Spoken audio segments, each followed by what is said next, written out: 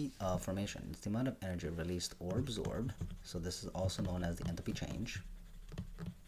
When 1 mole of a substance is formed from its elements at SATP, standard atmospheric temperature and pressure, and is always going to be assumed to be at 100 kilopascals of pressure and 25 degrees Celsius.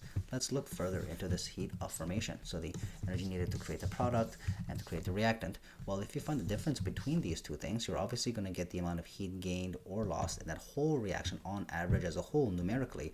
And what's that going to be giving us? That's going to be giving us our delta HR, which we're familiar with, the enthalpy change of the reaction.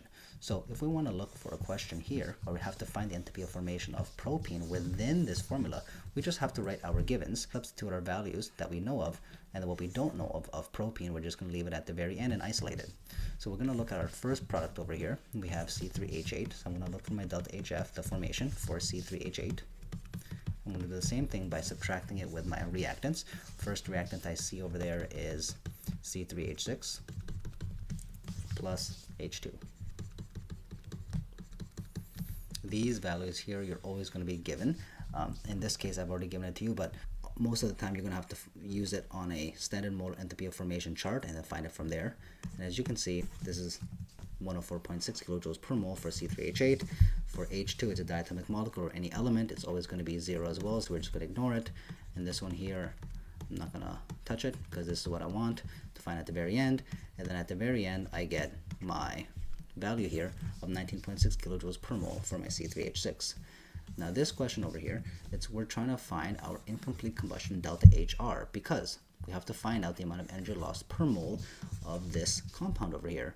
But we can only get it for the incomplete combustion, our delta HR, but we know how much we would have gotten, our goal, if we had gone through a complete combustion, which was ideal. So if you just get this value and subtract it by the delta HR of what we're trying to get for incomplete combustion, that's how much we've wasted or lost at the very end.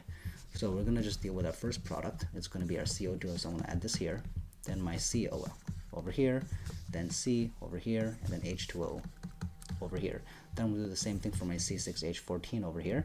This is going to be C6H14, and then our O2 here is going to be O2, and then as you can see, the C and then the O2 are going to be canceled out here because we don't need those. Those are elements and diatomic molecules. Everything else is already given to you.